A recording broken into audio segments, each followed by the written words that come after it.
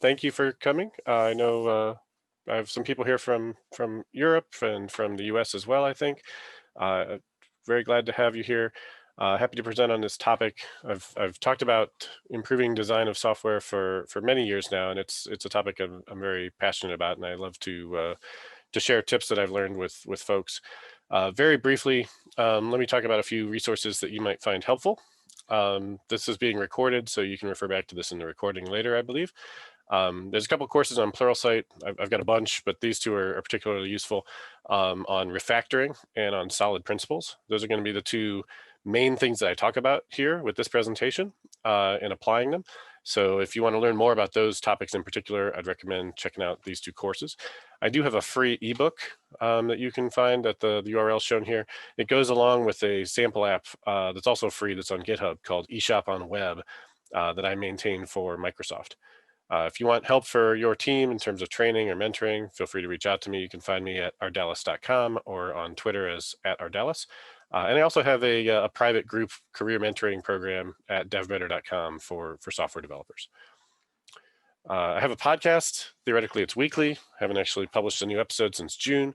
But when I do publish them, I don't publish them more than once a week. So I guess that's what the weekly means. So you can check that out if you haven't seen it. It's also on YouTube. And then I'm usually streaming on Twitch on Fridays from like noon to 2 typically, which is about an hour from now. And I am going to try and do that. So if any of you want to check that out, come join me on Twitch after the presentation. I'll probably start a little late because of this, but probably I'll be there. All right. I have some more courses on Pluralsight. I'll let you check them out. And then let's get started. So if you've been writing software for any period of time, the beauty of software is that it lasts forever, right? It doesn't actually rust or fall apart. It's just source code, and you can keep using it over and over and over again. It doesn't wear out. But as the system changes and evolves, or as the user's requirements move forward, or as new versions of operating systems ship or new standards come, the software, despite the fact that the source code itself never wears out, it still tends to rot over time. And the reason for this is because of the world moving around it, but also because as we continue to develop the software, frequently we have to make concessions to schedule or other types of pressure that force us to not necessarily do things the right way, the ideal way, right? So we might have duplication, quick fixes, hacks, excessive coupling that we later on realize maybe we didn't want. And so our beautifully oiled machine starts to maybe look more like this after some period of time. And you go into this code and it's, here's this 10,000 line long method that's got half the stuff is commented out and you can't tell exactly what still works and what doesn't. And your task is to, change the oil and keep this thing running. And it gets more and more difficult over time. The concept that is often used to describe this is called technical debt. And most of us, I think, have heard of this term before. It really has taken off and is used as a metaphor quite a bit.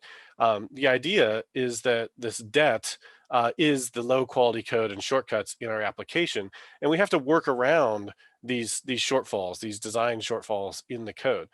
And so technical debt, just like real debt, has both the principal, the actual stuff that we would need to fix, as well as interest payments. And so what interest payments are in real debt is, some percentage of whatever money you borrowed, you have to pay on top of what you borrowed. In software, the interest comes in the form of the extra effort, the extra time that we have to take to work around design shortcomings. And these aren't necessarily bugs. These are just like the system is not designed for the feature we're about to add. And if it had been, this new feature could have been built in a day, but because we have to deal with the existing system, this new feature takes 2 days, right? Something like that. So that interest in that case would be that extra day of time that you have to put in because your system has this technical debt. Now you can graph this over time. And this is a chart that's been around for quite some time. You can see it's from 2008. And it's a little bit busy, so let me explain it for you real quick. If you look at the bottommost line with the dashed line, it says optimal COC. COC is cost of change. You'll see that for any software project over time, as it gets bigger and more complex, it tends to take more effort to add changes to that software because the software is bigger and more complex, right? So the dependencies between things tend to take a little longer. When you first write hello world on a brand new file new project program, the time to take that is pretty constant and it's pretty small. But if you need to add a feature to a system that's been around for 7 or 8 years, even if it's a relatively simple feature, it may take significantly longer because you have to integrate it with everything else.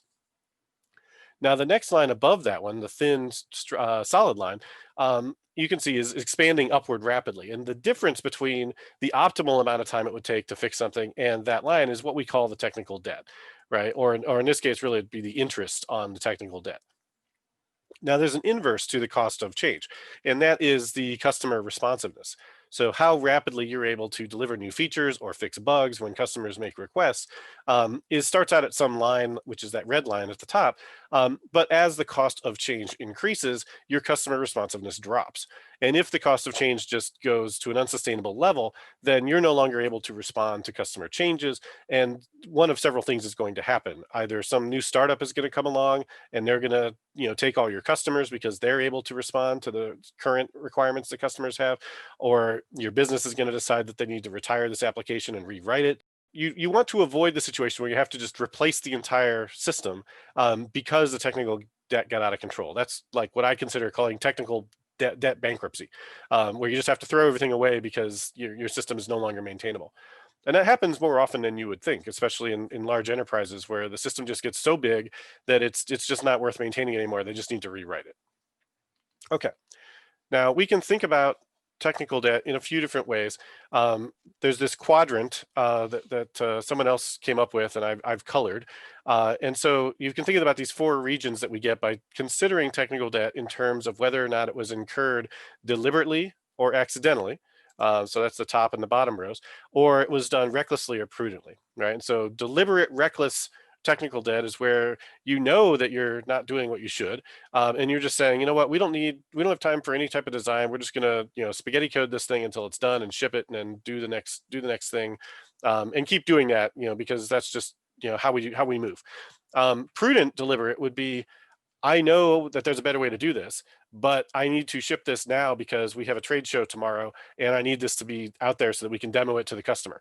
All right. And so we have to ship now. We'll fix the consequences later. Accidental reckless would be the team doesn't know any better.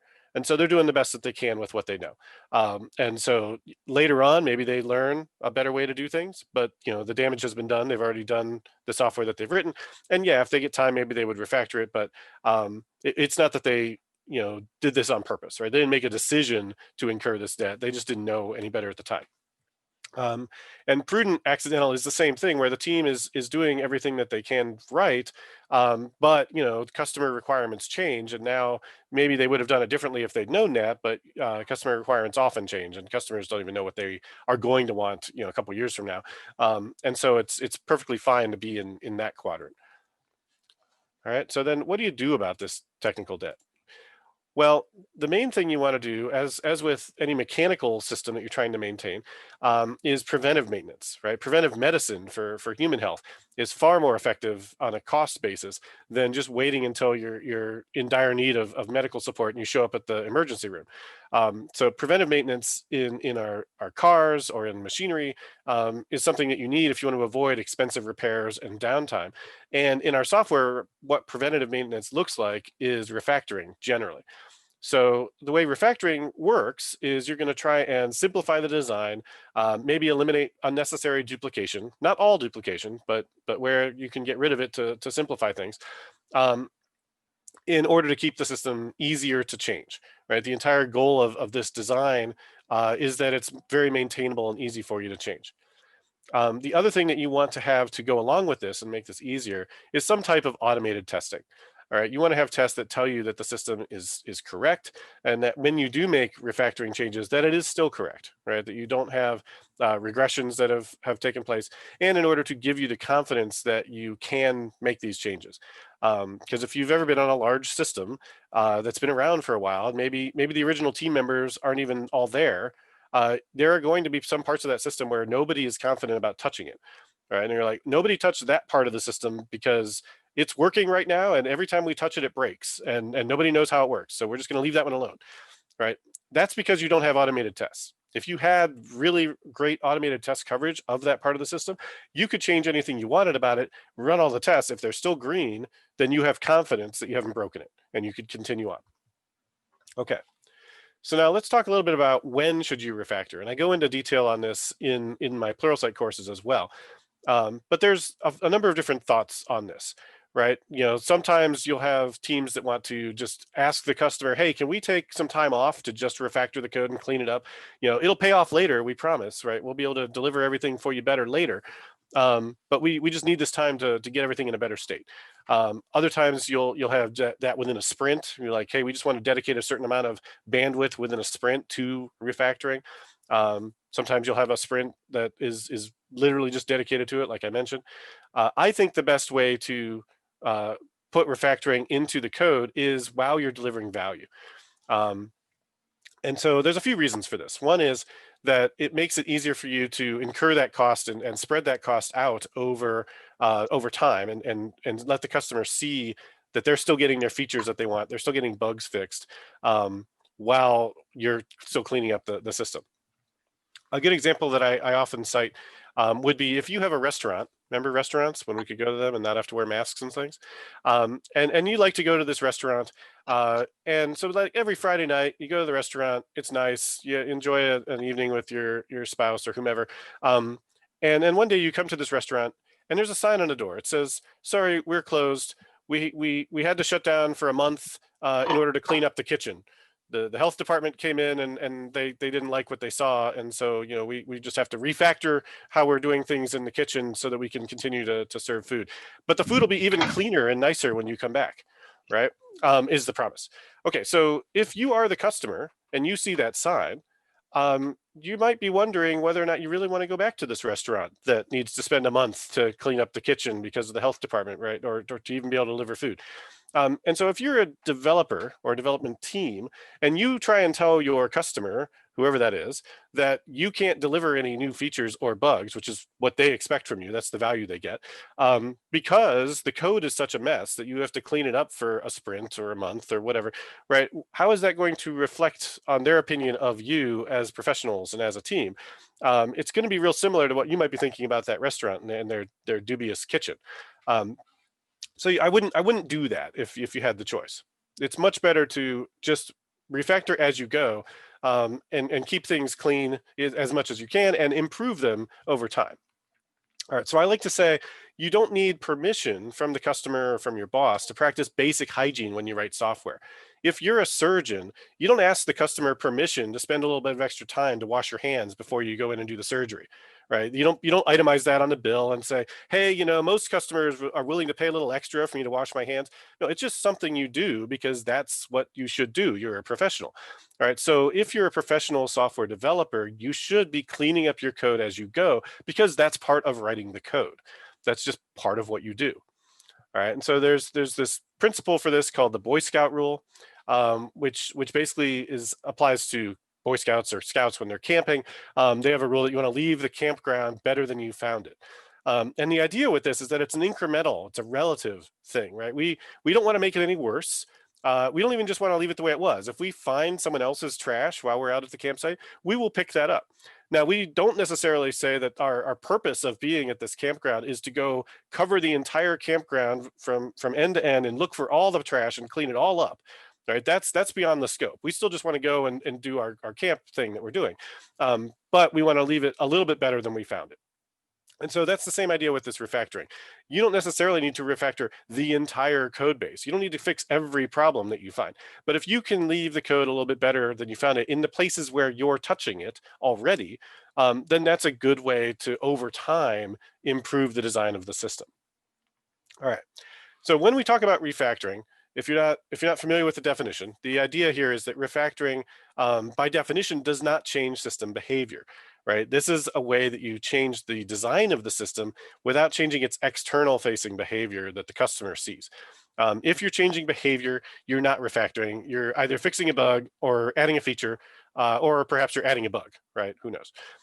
But you would like to not be doing any of those things. You would like for the system's external behavior to be the same.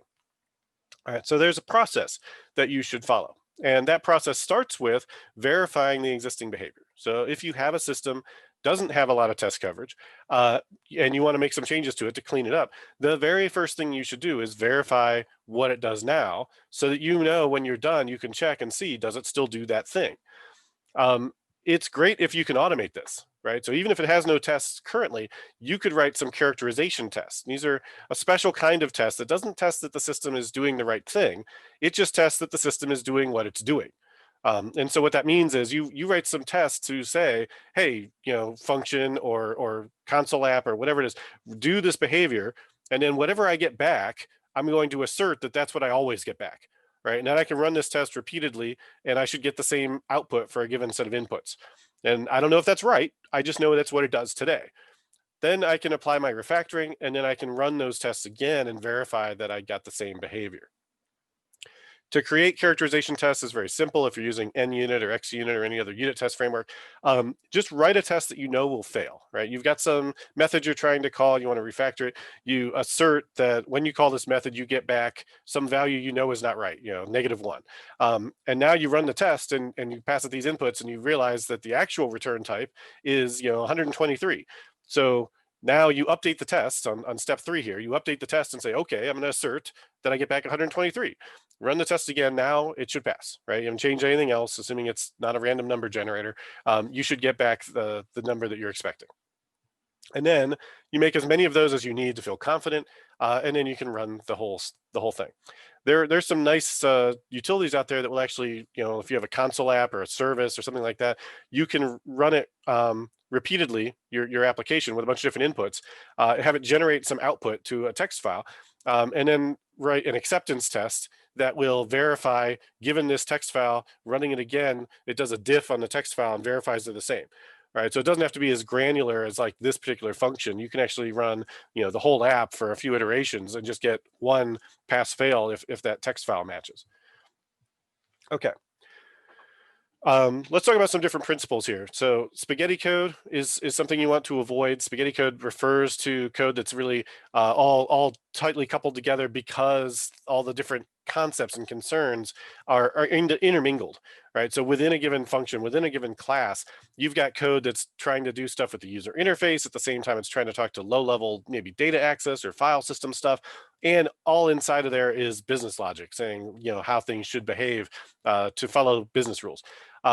You want to avoid that if you can. You want to kind of separate that out and follow separation of concerns where possible. So it's easier to untangle what's happening and be able to work on just one piece of it at a time. So a lot of refactoring is that. A lot of refactoring is taking things that are too big and too messy and breaking them up into smaller pieces that are easier to reason about.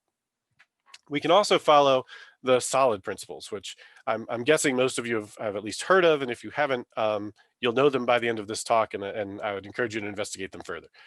So the principles of object-oriented design are don't repeat yourself is one of them. It doesn't fit into solid, the acronym, but then there's single responsibility, open close, LISKOV substitution, interface segregation, and dependency inversion. And I apologize that I'm going quickly. I have a lot of content I want to cover, and this will all be recorded. So if I zip by something too quickly, please just refer to the recording. Okay, so the don't repeat yourself principle is sometimes referred to as the root of all software evil. And the idea here is that you don't repeat yourself. You just never repeat yourself. You just stop repeating yourself in your code is the whole idea. Inside of your application where you have logic, anywhere you've got duplicate logic, you can replace that or improve that through abstraction. And if you have duplication in your process, where like every time I want to verify that this thing is working, here's what I need to do. I need to hit F5, go to the home page in my browser, click on this link, now scroll down here, now check this value, right? That's a lot of steps, right? That are repeated every time you want to try and make a change and see if it works. So if you can automate that, if you, instead of doing that process to verify that something works, you had an automated test, and every time you made a change, you hit Control T and saw your test pass, right? That would be a lot faster than this manual process. Okay. It is important to realize, especially in the first case with logic, that anytime you eliminate duplication, you're adding coupling. Right, so if you have 10 places in your system that all do the same kind of thing, and you replace those with one method that does it, and they all call that method, now if one of them needs to do it a little bit differently, right, you're going to have to change that method to support that special case, or decouple it, right, by adding that duplication. So there is a trade-off when you eliminate duplication, and you should only eliminate it when there really is just one place that logic should live, and not because there's duplication that's just coincidental. Right, where these things are different, but that's okay, or sorry, they're the same, but that's okay. They just are coincidentally the same. And we want to allow them to vary independently from one another. Okay, so when you're dealing with repetition, there's some common refactorings, and refactorings are great because they have names, right? Refactoring is a verb to say we are refactoring our code. It's also a noun to describe a specific change we're going to make, and I cover a lot of these in my refactoring fundamentals course on Pluralsight. Some of the most common ones for don't repeat yourself are shown here. I'm not going to read them all to you. So let's look at some examples here. A very common example of repetition that I see, especially in ASP.NET code, is role checks, right? So you might use attributes for this, and if you do, that's probably a better solution in many cases. But sometimes you can't, right? Sometimes you have to add some actual conditional logic inside of a controller or a page where you're going to specify that someone has access to a certain resource. And this type of role check is the most common way to do it, right? You might use claims as an alternative to roles, but it's going to look the same. You're still going to have a user, an if check that does this. And the problem with this is that over time, the ways that you define who can access this thing might change, right? When you first create the system, you might have a very simple role system that just has users, and they're either an admin or they're not. Right. But then later on, you realize there needs to be more nuance than that, right? You've got managers and you've got account managers and account owners and publishers and whatever other roles that you come up with. And so for this particular resource, you decide that, well, admins can get to it, but so can account managers, right? And so now you need to change everywhere you specified how you get to this resource. It's if you're in the role of admins or if you're an account manager. And it results in a lot of extra effort having to go find all those if checks. So instead, what you can do is you can use an abstraction, and right, and you can have a privilege that represents how to access this particular thing. And you can pass into this abstraction all the things it needs to know to do its logic. So in this case, we might pass in the user, we might pass in the resource that they're trying to access, perhaps an article. And now you can run checks on that to say, can this user access this article to edit it or to read it or to publish it, right? Whatever it might be, you can add separate methods for. And inside of that privilege is where you'll put the role check or the claim check to say what they can do. And it won't necessarily always just be roles, right? It might also be, hey, if you're the author of this article, then of course you can edit it. Otherwise, you have to be in the editor role or the admin role, right? But all that logic now lives inside a privilege, which can be unit tested and which has no dependency on the user interface at all, right? It can be totally decoupled now from your controller or your page or whatever you like. And it can be reused across different user interfaces. All right, another example here is when you're doing validation for arguments. And you end up with a lot of duplication where you're checking to see if something is null. There's a good pattern you can use here called guard clauses that kind of inverts this if check and makes it a lot cleaner.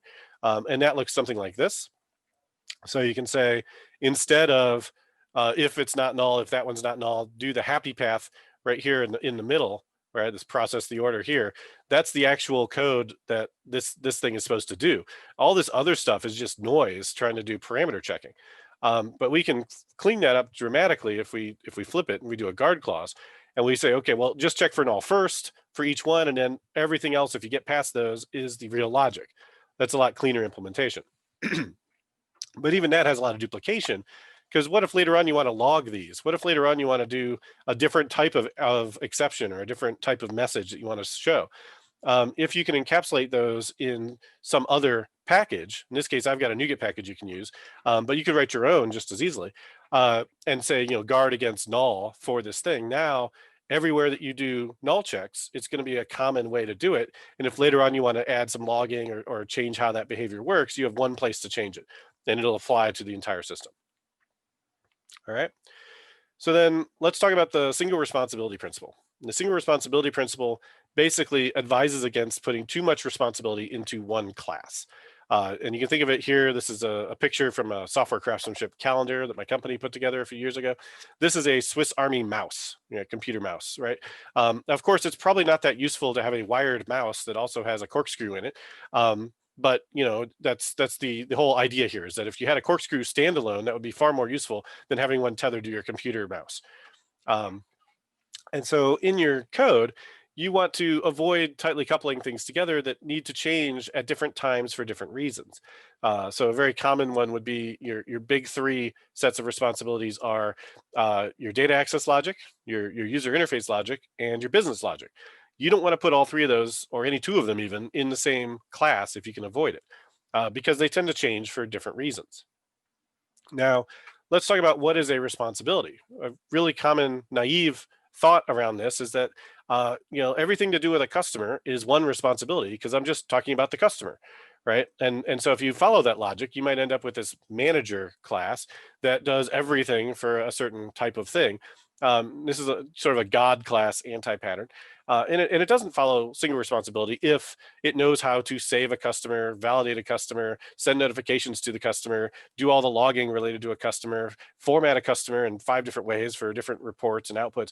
Like, you don't want all that to be in one class, right? Those are all different responsibilities that might change for different reasons. Some examples of responsibilities are persistence, validation, error handling and logging.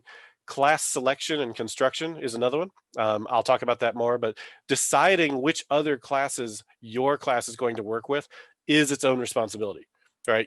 If your class is deciding who its collaborators are, then it shouldn't have any other responsibilities. That's its one. And so every time you new something up, you're deciding who your collaborators are. You want to, if you can, you want to let somebody else make that decision. Let that be passed into you. All right. So then dependency and coupling goes along with this. When you don't follow single responsibility and you have a lot of different responsibilities in the same method or in the same class, it becomes very difficult to break those apart. If you have a method that's very tightly coupled to a database and now you want to test that some change worked, a lot of the time you end up having to have a database involved just to write your tests. And that makes your tests harder to write, harder to set up, and slower to run. Makes them harder to run in an automated pipeline inside of a virtual machine as part of a continuous integration environment. You can do it. It's not that it's impossible. It's just it makes it all harder. It adds friction. And so if we can split those apart and we can say, okay, here are the things that really need the database, and here are the things that just need inputs that might come from the database, they might come from somewhere else. Then it makes it much easier for you to test a lot of your code. All right, so to us, to do this, to get to fewer responsibilities, the typical refactorings you'll use are extract a class, extract a method, and then move a method.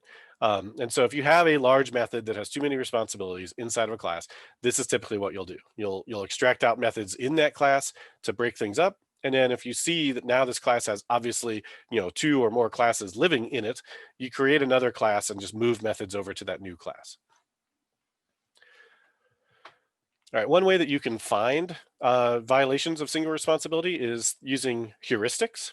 Visual Studio has support for code metrics. If you haven't used it before, it depends on which version of Visual Studio you have, but you can go under the Analyze menu item and then say Analyze projects or run code metrics for my solution. And it'll tell you things like the maintainability index, cyclomatic complexity, depth of inheritance, like how many parents does this class have before it gets up to system.object, class coupling, lines of code. And so cyclomatic complexity is the one I want to call your attention to here. There is a great coding exercise or coding kata that you can do, which is called the Gilded Rose kata. And this is an evaluation of that code that you get when you do that. There is one method that you have to refactor in this kata called update quality. And update quality is a fairly simple method. It's about 28 lines long, but it has a cyclomatic complexity of 19. That means there are 19 different ways to get through that code. And I don't think I don't have a screenshot of it here. I apologize, I probably should.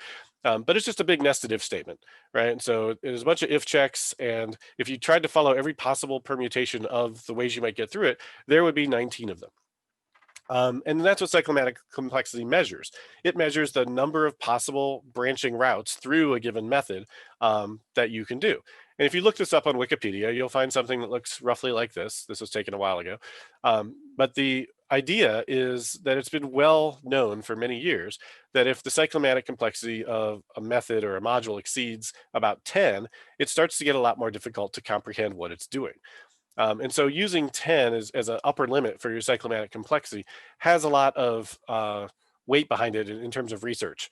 And so you want to try and do that, right? You want to try and keep your cyclomatic complexity under 10. Now, I've worked with many customers and I've seen some of their code, and you can take the code out of Visual Studio, you can export it to Excel, And you can run a check like this, and you can see cyclomatic complexity of members being methods in this case, of up to 394, right? So here's a method that has 1,300 lines, 394 cyclomatic complexity, no tests. What are the odds that I'm going to be able to go in there and refactor that and have confidence that I didn't break anything? What are the odds I'm even going to be able to understand what that thing does in less than an hour of staring at the screen and scrolling and trying to figure out what the heck this thing is doing? All right, so basically you want to keep your code down to a reasonable level of complexity on a per method basis. Now, if you look at this this thing here that Visual Studio gives you, it will roll up cyclomatic complexity up to a program or class or namespace or module level. Those things you don't need to worry about, right? It doesn't really matter if my program or my assembly has a cyclomatic complexity of 300. As long as each method is small and well named and easy to follow, that's where cyclomatic complexity matters. And so if you want a heuristic to use for your whole application that you can wire up into your CI/CD process and see whether or not you're moving in the right direction from a complexity basis, you can use what I call aggregate complexity. And I talk about it here. And there's an example of how to calculate it on this blog post.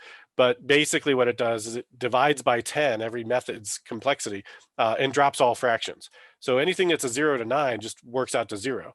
Anything that's 10 to 19 is 1, 20 to 29 is 2.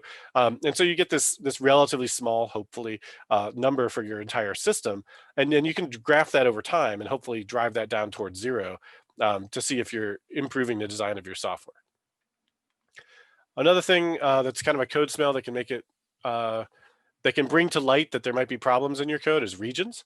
If your code is so long that in a given method you have to add regions to it, that is telling you that your method is too big, right? If you can't see your whole method on one screen at a time, your method is probably too long. And likewise, if your class benefits from regions in order to see what the heck it's doing, your class probably has too many responsibilities. It's probably better for your class to be small enough that you can just look at it, maybe scroll a little bit and see the whole class and see exactly what it's doing. I don't have any idea what this class is doing when I open it up, especially if by default all these things are in regions. And that usually is an indicator to me that either this organization has some really pedantic rule that they have to put this everywhere and it just gets in my way, or this class is really big and doing too much and somebody decided that the only way they could follow what it was doing was to add these regions instead of breaking it up into smaller classes that would be easy to follow. All right, if you're a big fan of regions, apologies, but I'm not. All right. You can read more about this here if you want to try and convince your boss or your team that regions aren't the best thing in the world. I think of them as rugs under which you can sweep problems, right? They're just a way to hide problems in your code that you could have instead fixed by some kind of refactoring. All right, so the next solid principle is the open-close principle. And the idea with the open-close principle is we should be able to change how our code behaves without actually having to edit the source code. And that's what the principle states. It says that software should be open for extension, extending its behavior, but closed for modification. It's actually changing the source code. I'm going to check in the change to that method or class. And that's basically what this says. And it's from 1988 from Bertrand Meyer, so it's not some new thing. Some common refactorings to achieve open closed are to use the strategy pattern, which I'll talk about in just a second, or to add parameters, or to use the template method design pattern, which I have a course on Pluralsight on if you're not familiar with it. So let's look at a really simple example of this. Let's say that before Windows had support for dealing with digital photos, I wanted to plug in my phone or my camera and pull all the photos off of it. And so I wrote this little script to do it, and I put it on my blog. And I said, okay, great. Here's how I copy all my files off my phone, off my camera, and it drops it in this file here, this folder here called Steve's Photos, right?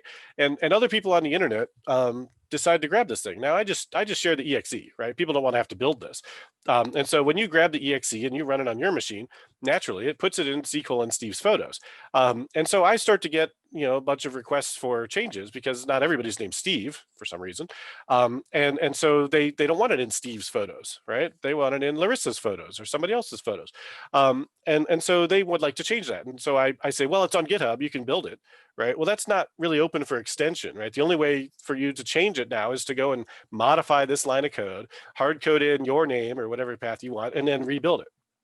Now, obviously, we know that we could follow the open close principle very easily if we just passed in an argument.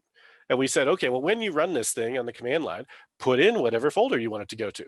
Right now, it's open to extension. They can change where it goes, and it's closed for modification. You don't have to actually change the source code anymore. Right, this code is a better design. It's more flexible in terms of that destination folder because of the fact that I just added support for that parameter. Another more realistic example of where you might see a problem with open close principle is where you have some business logic that starts off simple, but over time it gets complex, right? So maybe initially we had some rule that said, hey, special customers are anyone between the ages of 18 and 65, right? And so we have this, and then otherwise we return true. But then we add some other rules and we say, well, if they're from Bulgaria and their balance is less than 29, then the return false, but otherwise true.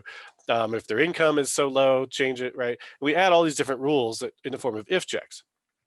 And if we look at the history of this code in our source control, we can see that over time we keep adding and adding and adding, and the method keeps getting bigger and bigger. And if we measure the cyclomatic complexity, we see that growing as well. So this is telling us that this is an area in which we should expect these changes will keep happening. And because we expect these changes to keep happening, it makes sense for us to refactor to apply the open close principle against this type of change.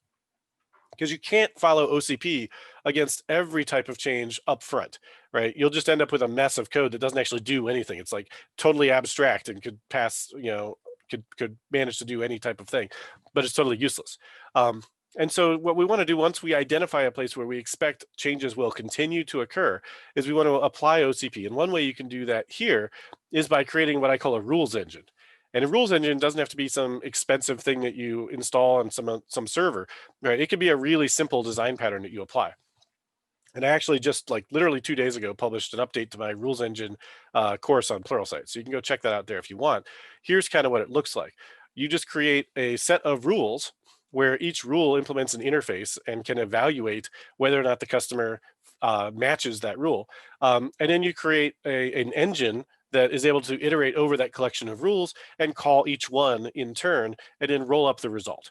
Right? Sometimes it's just Boolean, like in this case, and it just evaluates, using or and logic to return a result that's true or false for the whole thing.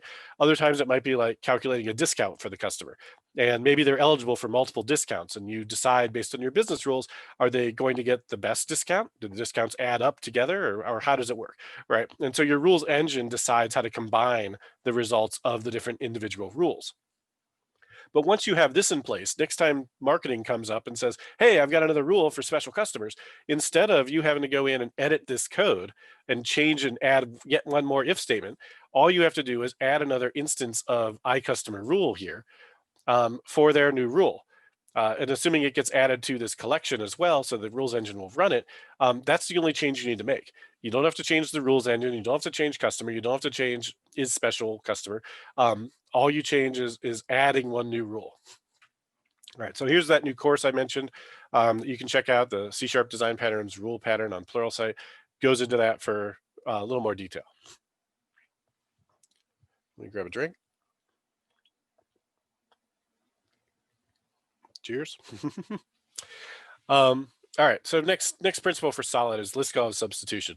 And the idea with LISKOV substitution is that just to say that something is another type is not sufficient. We have to be able to say that it is substitutable for that other type everywhere we need it. And it's another image from that software craftsmanship calendar. So this states that subtypes must be substitutable for their base types. It's named for Barbara LISKOV, who's a professor at MIT, and this is also from 1988. So again, it's not new. The idea with this, if you want to follow LISKOV substitution and you realize that you've broken it, generally involves changing your hierarchy of inheritance. So if you have some fields or some methods that are at the wrong level, you can pull those up or push those down to where they're appropriate. Now, there's a really common example of this, and I talk about it in my solid course on Pluralsight, involving shapes, where you have a rectangle and a square, and you can say, well, a square is a rectangle according to geometry, but they aren't always replaceable for one another in your code, depending on how you implement things, right? But that's not really very real world relevant. So here's an example where you run into this in the real world, in the code smell that you see. Anytime that you're trying to use polymorphism to deal with certain types, right, where the type might be the base type, in this case, employee, or it might be a subtype like manager. right? So right here, we're checking to see, is this particular employee not just an employee, but a manager, which is a subtype of employee. In that case, I want to do something different. I need some special case, some special logic. In this case, I'm going to call print manager. Otherwise, I would call print employee. Right? This is telling you LISKOV substitution is failing, because you should never need to know what the type of something is in this polymorphic scenario. And the reason why this is a problem is because this logic tends to spread, right? If you've got this in one place, you're going to have it in more than one place.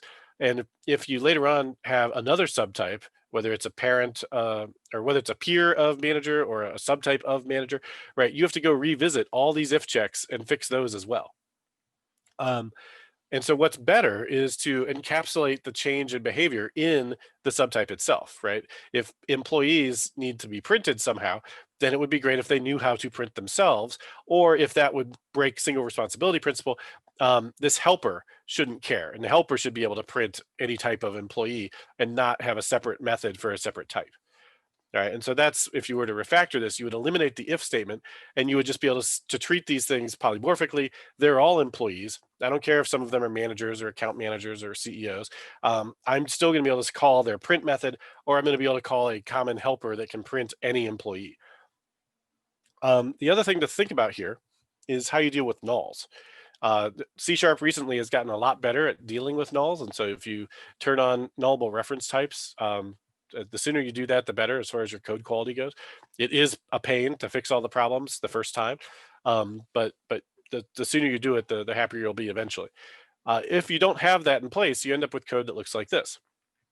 And you end up doing for eaches, or this could just as easily be a method call, right? That's taking in an employee. And the first thing you need to do is say, if this thing is null, then do something else, throw an exception, break, whatever. Otherwise, do the thing I meant to do. And if you look at the pattern of this code, right, that code and that code, they look the same, right? They're both doing an if check to see what type this thing is, in which case do some special scenario. Otherwise, do the thing I want you to do. And so what this is telling you is that nulls, the existence of nulls or having to deal with nulls, they break polymorphism. They break LISKOV substitution.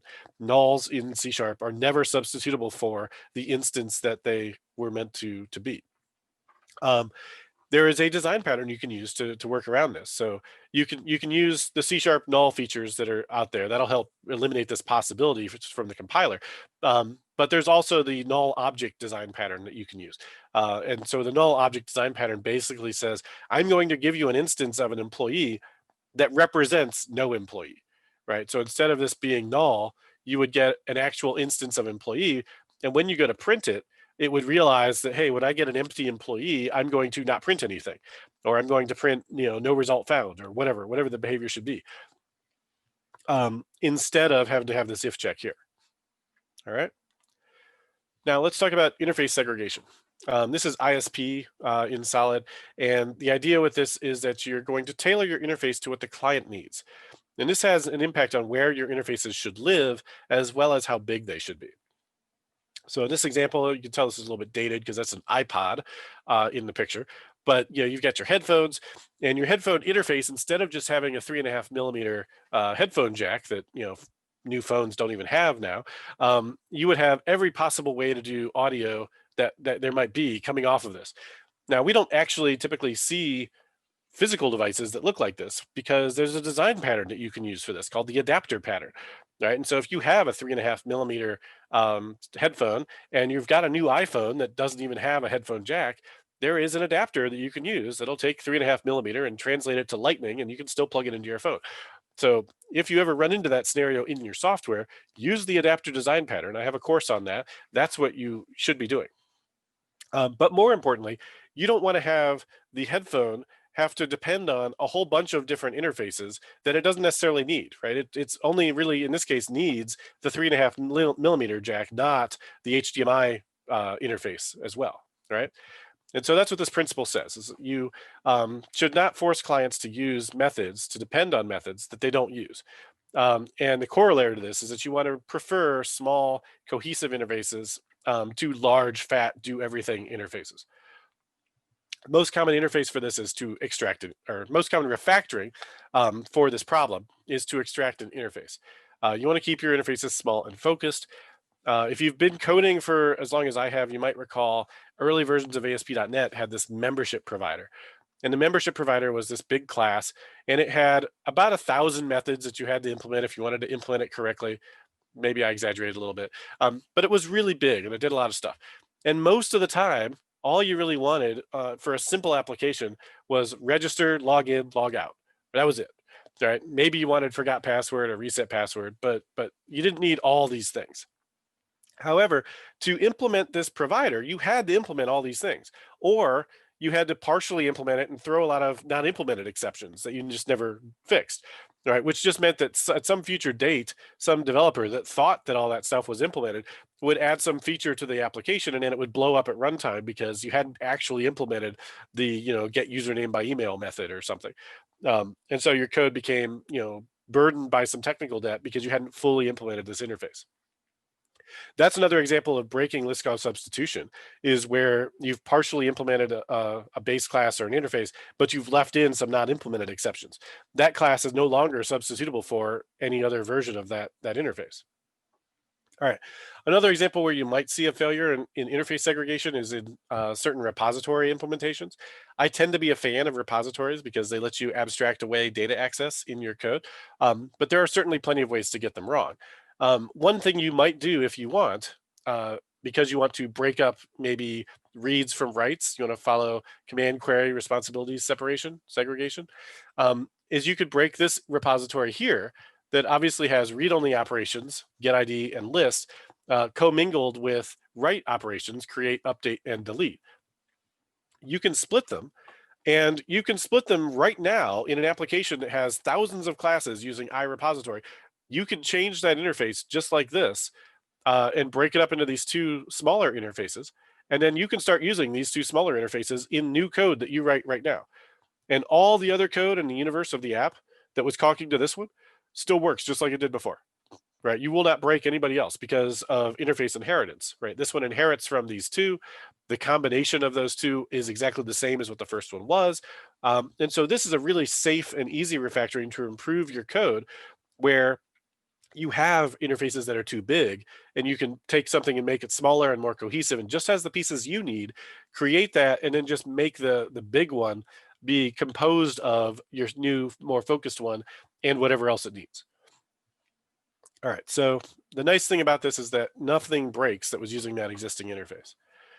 All right, so that's all I've got time for interface segregation. I talk about it more on my course. Let's talk about dependency inversion, because this is probably the most important of these principles. The idea with dependency inversion is that you don't want to tightly couple your higher level logic to your low level plumbing code. And so if you've got a lamp, you wouldn't typically want to have to punch a hole in your wall, find the electrical line, splice it, and then solder your lamp into that code, that electrical wiring in your wall every time you wanted to have a lamp on a desk. Now, when you move the lamp somewhere else, you have to cut the wires, you have to put in some new device over there, and do the same thing all over again, right? That's obviously not how we want to work with things. Instead, we have these plugs, right? We have a plugin, literally a plugin architecture. These are US plugs, obviously, but in whatever country you're in, you've got some type of standard that you use for your plugs that you can plug in any type of electrical consuming device you want, right? Various different clients can work in that. That's what dependency inversion principle is all about. It has two parts to it. It says your high level modules should not depend on low level modules. Both of them should depend on abstractions. And when we talk about abstractions in C#, we're mostly talking about interfaces.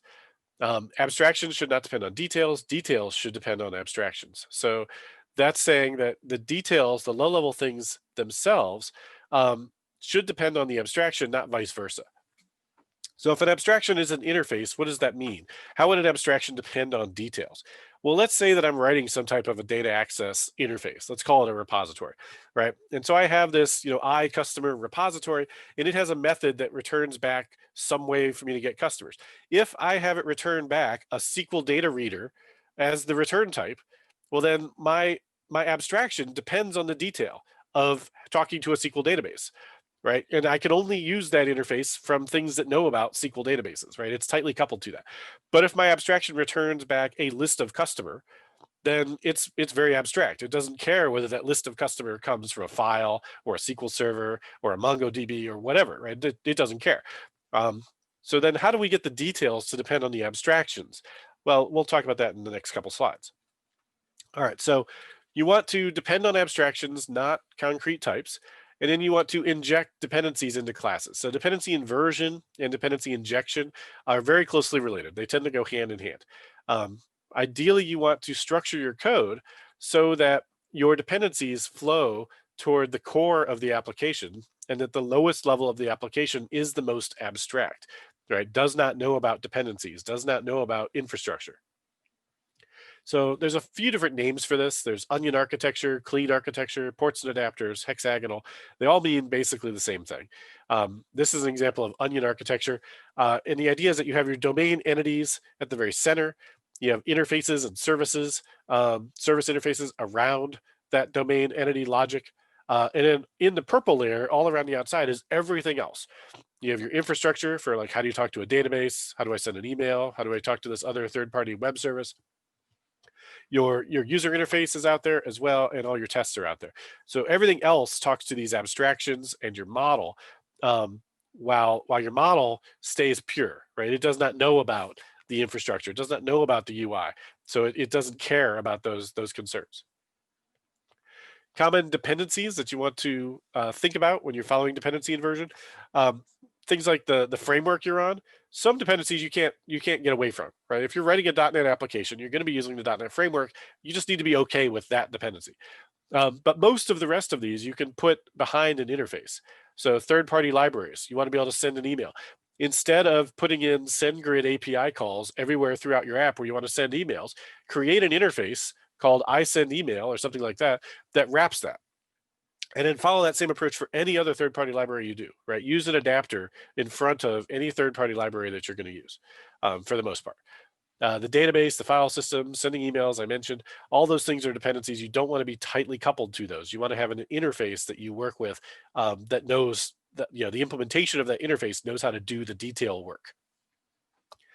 The system clock is sometimes one that people overlook if you're using datetime.now or datetime.today in your code. If you're just using that to display something or log something and include the time, that's fine, right? That's not generally going to break things. But if you have behavior that depends on what time it is or what day it is, then you really want to put that behind an abstraction so that when you write your tests, you can set that clock time to be whatever you want. You don't want to have tests that only work some days of the week or some hours of the day, and it, you have to change the system clock to make them work another way. Configuration is a really common one in classic .NET, full framework.NET before core, because folks would use configuration manager.appsettings.foo to grab a config setting. That's a static access to a file, and you really don't want to do that because now again in your tests you can use the configuration system, but you only get one, right? You only get one app config file inside your NUnit or your XUnit project. And so if you want to be able to test that this code works with 5 different configuration values, it's very difficult to do that if you're statically coupled to that one file. Static methods are obviously full of coupling. The new keyword you want to be careful with. Thread.sleep, you can wrap with an interface because then if your tests don't need that sleep, you can speed up your tests quite a bit by having an implementation that doesn't actually sleep. And random can be difficult to test as well. So if you wrap an interface around that, you can write tests that say, okay, well, if the random number was 4, what would this thing do? And that's a lot easier than trying to write a test that has randomness in it, where your test sometimes passes. All right. Responsibilities that we talked about with SRP also fit in closely with these. There's a lot of dependencies that you'll see kind of mapping with those responsibilities as well. So your most common refactorings for fixing dependency inversion principle are to extract things out and then inject them in using the strategy pattern. If you can't use a strategy pattern for some reason, you might use a service locator, but that should be definitely a last resort because that's generally considered an anti-pattern. But a service locator would be I'm going to have my dependency in container, whatever that is. If you're in .NET Core, that might be your service collection. I'm just going to call that directly and say, hey, give me an instance of this thing I need, right? Instead of injecting it in through the constructor. Let's look at a failure of dependency inversion principle. Let's say you've got a shopping cart application or an order application, and it's got a checkout method, and you want to do some stuff to check out, and then you want to send an email to tell the customer, thanks for your order. You could code it like this, right? You could just say, I'm going to put the SMTP net code right inside there, inside the business logic of how I process orders. and then send this message. And so, what's in the message? What kind of text do I want to say? What does the marketing team think we should tell the user? That's right here in the code. How am I going to send that message? I'm going to use my own localhost SMTP or some third-party service or whatever. That's hard-coded all right here. And all the business logic for dealing with the checkout is also in here in the comments. So this is not ideal. There's a lot of dependencies in here. There's hidden dependencies that you don't necessarily know about. When you instantiate that cart, it doesn't say it needs SMTP server. It just news it up right inside the body. So you won't find out that it's a problem until you actually try to run this code and it blows up because you don't have a server running. And so that's an example of a hidden dependency. What you want is to be explicit about your class dependencies, have them exposed through the constructor so that you can easily see what they are. So we can iterate on this. We can refactor it a little bit. We could create a facade. We could create like a static helper method that does the send mail. Now a lot of that logic is no longer directly inside checkout. We're just going to call this helper method down here at the bottom where we call mailer.sendmail. And the code's a little cleaner now, but it's still tightly coupled, right? Because that static method is still going to get called every time. So even better would be we're going to extract an interface. We'll create this send mail method on this iSend email interface. And then we'll take that low-level code, we'll put it inside of an implementation of that interface. Now, this implementation detail, this is low-level code depending on a high-level abstraction, right? Instead of the other way around. So this is an example of how you achieve that. We make it so details depend on abstractions, not the other way around. And then in our code, we can use dependency injection now to pass in an instance of this email provider that we can use. Now, if we don't already have dependency injection working in our system, we've got this legacy system that didn't know what that was, you can still go in here and just do up the live SMTP mailer inside the constructor. That'll give you the same behavior you had before, right? So at runtime, everything still works like it did. You haven't actually broken anything, but now inside your test, you could pass in an alternate provider for this email. And more importantly, you've broken up where that logic is. So the cart class now just got a little bit smaller, a little bit simpler. It only has one responsibility. And we've got this specific class that does just this other responsibility. So that's an example of how you can improve the code without breaking anything. All right. And then in the end, you just call checkout and you just delegate to that private email provider that you've set. All right, so I think I'm just about at time. Here's some of those references that I showed you earlier. If you have any questions, feel free to reach out to me on Twitter, or you can contact me through my blog. Their courses are on Pluralsight that I mentioned. Join me on DevBetter if you want. That it's not free, but it's got a great group of people that are passionate about getting better.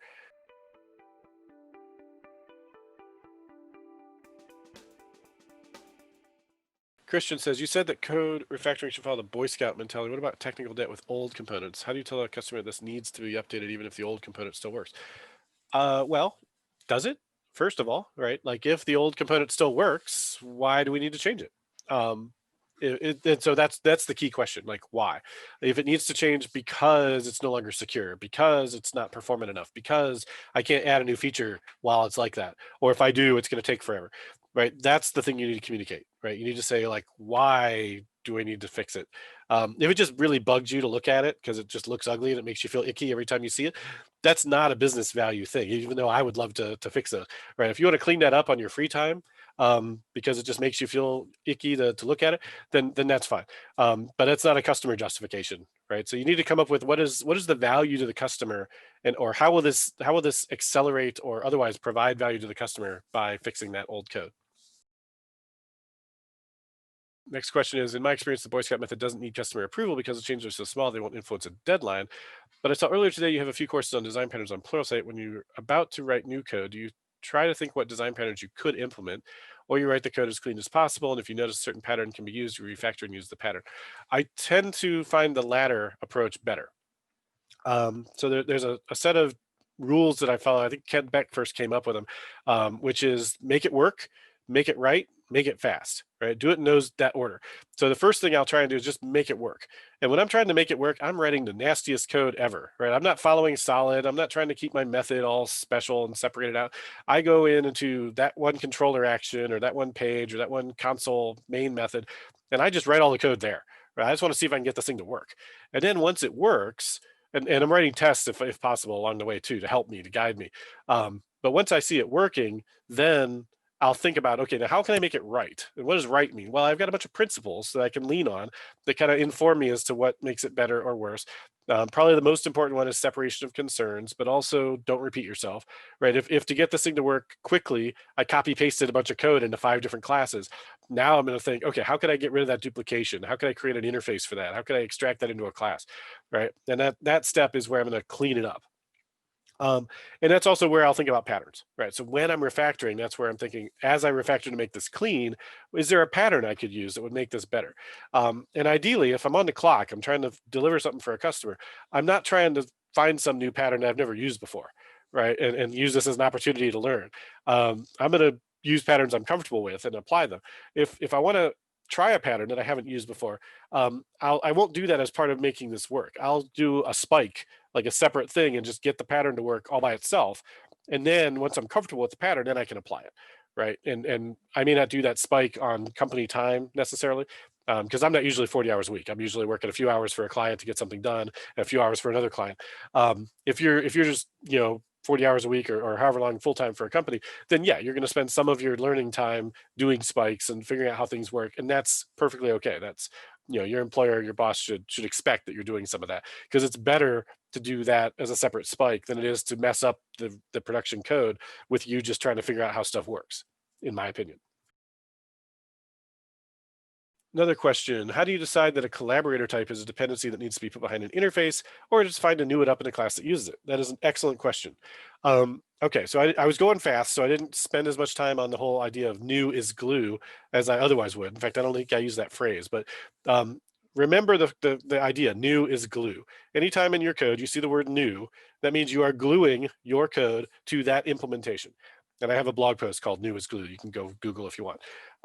But when is it okay to new things up? It's okay when it doesn't introduce a dependency, right? So if I am inside of a method and I need to new up a date time that it's going to work with, I know that newing up a date time is not going to make this code harder to test. It's not going to make it harder to change in the future. It does not add any additional coupling or dependencies. And so I'm comfortable with that. If I want to new up a new customer or a new order, and set some properties on it and then maybe save it or pass it to some other method.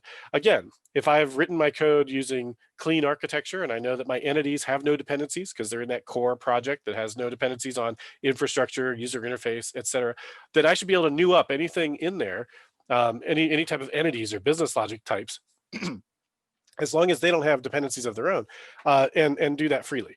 Now, if there is a domain service that I want to use, and that domain service probably has dependencies in it needs, like it needs an I email sender or it needs an I repository or what have you, then I won't just new that up, right? I'll say I need that service to come in through the constructor because I'm going to expect those dependencies to be populated for me at runtime by the container. I don't want to have to new up those dependencies and pass them in myself. All right. So the key thing is dependencies. When you're deciding whether or not you can new something up, if it is introducing more dependencies and you think that's a bad thing, then you shouldn't new it up. You should ask for it. Question: if I have an I repository of T at some point, I have to implement fingerprint repository that inherits from that, right? But there's also a business rule that says never to delete a fingerprint. Then doesn't that mean that the generic repositories are an anti-pattern? Because it gives me the opportunity to break LISKOV as they will have not supported exceptions. That is also an excellent question. Wow, you got good questions. All right, so generic repository is great because it saves you from writing a lot of code, but generic repository is awful because it violates interface segregation principle because it gives you all these methods that you aren't necessarily using, right? If you're never going to call delete on the fingerprint entity, why on earth would you want to have a generic repository of fingerprint that has a delete method exposed? Um, and so it's a tool, right? You have to use it appropriately. There are a few different patterns that you can combine with repository to implement the behavior like you're describing. One of the ones I like is specification. It doesn't really apply in your case where you're trying to lock down certain methods, but specification is good for other reasons where you would not need to have a whole bunch of subtypes of repository, with different custom query methods on them, because the specification eliminates the need for that. If you wanted to make sure that you did not have, let's say, writable operations available on fingerprint, it's probably likely that that's not the only type that you have that rule for. Maybe you have I read-only repository and I write-only repository of generic types, and you specify that certain entities are protected, let's say, right? So you put an interface on those entities and you say these are protected entities, or these are, you know, writable entities if you prefer. And then you say, okay, well, my I writable repository generic repository interface only works with writable entities, right? Fingerprint, it's not a writable entity, right? It's a read-only entity. So the I write repository doesn't work with it. The compiler will stop and break you, right? So that's what I want, right? I want the compiler to enforce my design rules. I don't want to have a runtime exception throwing not implemented or throwing not supported catch it. I want the compiler to catch it. And by using these interfaces like that and generic constraints, you can easily do that. Another thing that will help you, if you haven't looked at my DDD fundamentals course, I would check that out. There's a DDD pattern called aggregates. Usually aggregates is how I solve this problem specifically. So what you'll do is you'll say these fingerprints, they don't exist in a vacuum. You know, you don't work with fingerprints directly. You work with a suspect, or you work with a person, right, that has fingerprints, right? And so the aggregate is the person. And what you work with the repository with is only aggregates. So you generically constrain repository to only work with entities that are I aggregate root, right? And so now I, as a person, have various collections of things like fingerprints and addresses and other stuff. But when I go to save something, when I go to make a writable change, I have to save the whole person aggregate. And now whether or not I can add or remove a fingerprint becomes logic on the aggregate. Right, the aggregate doesn't just expose a list of fingerprints; it exposes a read-only collection or an IEnumerable of fingerprints, and then it has a method called add fingerprint. If I don't want them to be able to remove fingerprints, I just don't have a method for it. Right, there is no method delete fingerprint on person, so you can't do it. And again, the compiler enforces that. Dependency injection refactoring rule of thumb: if it doesn't have parameters, take a second look. So I think you're suggesting that if you have a service and it doesn't take anything in its constructor, that maybe you've got some hidden dependencies. And I would tend to agree with that, right? I do not have a lot of instances of the new keyword in my code. So if you see like new on every other line in your code that you're working with, that's telling you it's not really written with dependency inversion principle or dependency injection in mind, typically.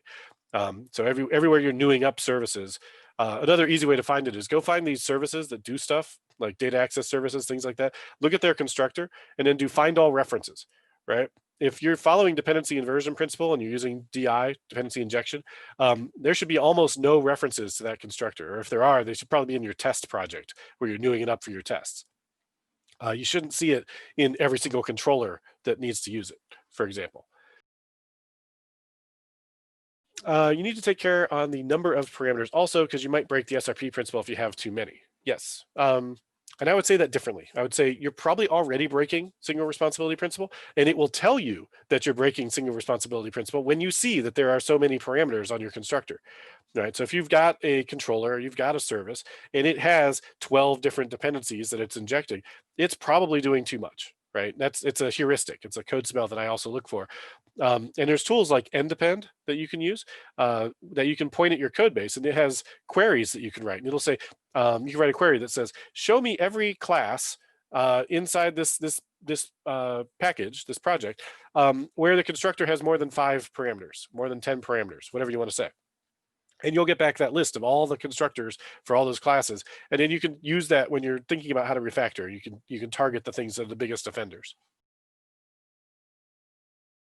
Alexandru says, regarding testing, do you like integration testing of the full app versus layered testing? Do you use TDD? What do you think about behavioral tests? I am a fan of testing. I use all the different types of testing. So layered testing is what I'm a fan of. I like to write unit tests. I like to write code that is unit testable because they're really fast. They're really simple. You can run them anywhere, but they don't do everything, right? And I have lots of funny memes and GIFs of like construction projects where like things don't quite work together, where the unit test passes, right? The door opens, but the integration test fails, right? The door only opens because it runs into the other door, right? And if you Google for those, you'll find lots of funny pictures like that. So you need to have integration tests too that prove that things really work with each other, or that they really work with the database or with, you know, the full system. I do use TDD sometimes. I don't use TDD all the time, because there's a lot of code that we have to write as developers that just isn't that interesting, and doesn't require, you to write a unit test to prove it works. So where I tend to use TDD is where I'm writing interesting code, and interesting is complex code. It's code that has conditional logic. And if I'm writing a bunch of code with a bunch of properties that are just getter setter auto properties, I don't need to TDD that, right? I'm pretty sure C# auto properties are going to work. So I don't waste time on that. I focus that time where I need it, where it's difficult. And then I use TDD as a design tool too, especially if I'm pairing with someone, if I'm talking to the customer and I'm trying to understand this business thing where it's like, okay, you're an insurance company and we're doing an insurance assessment for somebody, and here are all the rules. What should happen if this is true? What should happen if that is true? What if I plug this in? And I'll write a test for each one of those things, and we'll slowly make those tests pass, and we're building the business logic for the application process through those tests with the customer right there. That works really well with TDD. What do I think about behavioral tests? I like those too, right? If you want to write tests that are more customer centric, if you want to use something like spec flow, I'm thinking maybe you're referring to, where the customer can define large grain features or stories through tests that then you can implement. Those are good. The tests I write the least of, and I don't really like, are UI tests like Selenium tests or Cypress tests, because they're the slowest to run, the hardest to write, and the most brittle. That's not to say you shouldn't have them. I don't enjoy writing them, and I don't like the fact that they're so difficult to keep up to date. They tend to break all the time. So I try to focus those in on just the really most important parts of the application where they're critical. What's your personal rule of thumb for estimation? What do you include in your estimate of a particular feature? I'm not a big fan of estimates in general, so I minimize the need for estimates as much as I can. So what do you include in your estimation of a particular feature? If I'm going to estimate things because I have to, I tend to try and estimate in ideal developer hours. So ideal developer hours are, I'm working on this and I'm not blocked by anyone else and I'm not doing anything else. So I'm not in any meetings. Nothing else is preventing me from just focusing on performing this work. And if you're working in a full-time role, you probably don't have that many ideal developer hours per week that you actually have, right? Because you're spending a lot of time in meetings and checking email and doing other stuff. And so you can't just say that I'm going to get 40 ideal hours per week. But it's good in your estimates to qualify and say, this is a 2-hour task of ideal development time when I have nothing else happening. The other thing I will do when I estimate is I give a range. I say I am 20% confident that I can get this done in 2 hours. I'm 80% confident I can get this done in 6 hours. Right, here's your range. It's got a cone of uncertainty built into it. I actually have a blog post and a few blog posts on what I call the laws of software estimates. And that's one of them, is estimates are wrong because they have this range of possible values, right? You can't just say this is a 2-minute or a 2-hour task and then expect that it's going to take exactly 2 hours, right? That almost never happens. In fact, it almost never happens that it comes in less, right? Usually it's more. In part because we don't typically estimate in ideal developer hours, or we try and take ideal development estimates and then apply real world calendar time to them, and that never works out right. So estimates is a whole other talk I could give probably, but the thing that I do that minimizes the need for them is break down stories as small as possible, and then put those stories through a Kanban type process where you can just prioritize them in a queue. They're all relatively the same size because they're all as small as possible. So if anything is much bigger than the others, spend your effort, instead of spending effort estimating it, spend effort breaking it down, spend effort making it into smaller pieces, and then get those smaller pieces flowing through the system as quickly as you can. If everything is a relatively small, relatively uniform size, then it doesn't matter what the estimates are. They fall out from the averages. All right, if your average time to do one of these small things is 4 hours, it doesn't really matter if this one is 6 and that one is 2, as long as you're just getting them to flow through the process. And what's more, you don't have to waste 2 or 4 or how many hours a week on estimating, right? You just need to spend that time breaking down the tasks. Somebody else prioritizes them, and as developers, you just get the work done. So it's much nicer that way. How often do you use UML? Do you create high-level design documents? Pretty often. I usually use UML as a documentation and training tool. So I have UML in a lot of my Pluralsight design pattern courses. I have UML in some of the docs to explain how a certain thing works for some client code in a wiki or in the documentation. I don't tend to use it a lot for just me personally by myself, but If I'm collaborating, I often will use some version of it. Usually, just lines and boxes to show simple object hierarchy relationships, and then sequence diagrams are really helpful to say that when the user makes this call, it calls this thing, which calls that thing, and then it returns here and it returns there. Those are the two that I use the most. What is your opinion of individual development versus pair programming? Most of the time I do individual development just because that's the nature of what I do as a consultant. But I have been very successful with pair programming. I do like pair programming. I do think it adds value. A lot of the time, what I'm doing with clients is pair programming because they hire me to mentor them and to do code reviews and things like that. And it's much more effective for me to do a code review with you if we are in your code working together collaboratively, pairing on that code, sometimes actually fixing a bug, sometimes actually fixing a feature. So, my time isn't just spent talking to you about your code. We're actually building something with your code, which is a much better way to learn how the code is structured than just looking at it. And so I do use pair programming a fair bit. I have a course on Pluralsight that I'm actually probably going to redo soon, but it's maybe not till next year. But there's a course on pair programming on Pluralsight that I did with a friend of mine, Brendan, that you could check out. And yeah, I mean, pair programming has known benefits. It's like TDD though, right? You don't want to do pair programming for everything. If you're doing code that isn't interesting, it's not difficult. Pair programming doesn't add a ton of value. So if you've got your task is, hey, we need to fix the website. Everywhere we have this word, we need to replace it with this word, right? Probably don't need pair programming for that, right? That's pretty mechanical. I just need to go find all the places and change the thing. But if you've got a task where it's something you've never done before, there's a few different ways you might do it, and you really want to see like how does the team think we should approach this. Pair programming is great because you can just get together with one of the team members, the two of you come up with what you think is a good approach. Maybe you make a pull request so the rest of the team can weigh in and see it. But all the things you do as a pair, like deciding what to name things, deciding what a pattern to use or not, deciding how to break things up, you automatically have a much better chance of the team accepting that because two members of the team agreed on it already, right? And that's incredibly better than if just you think this is a good idea. And so, just from that perspective, pair programming works really well for the more difficult and interesting parts of software development.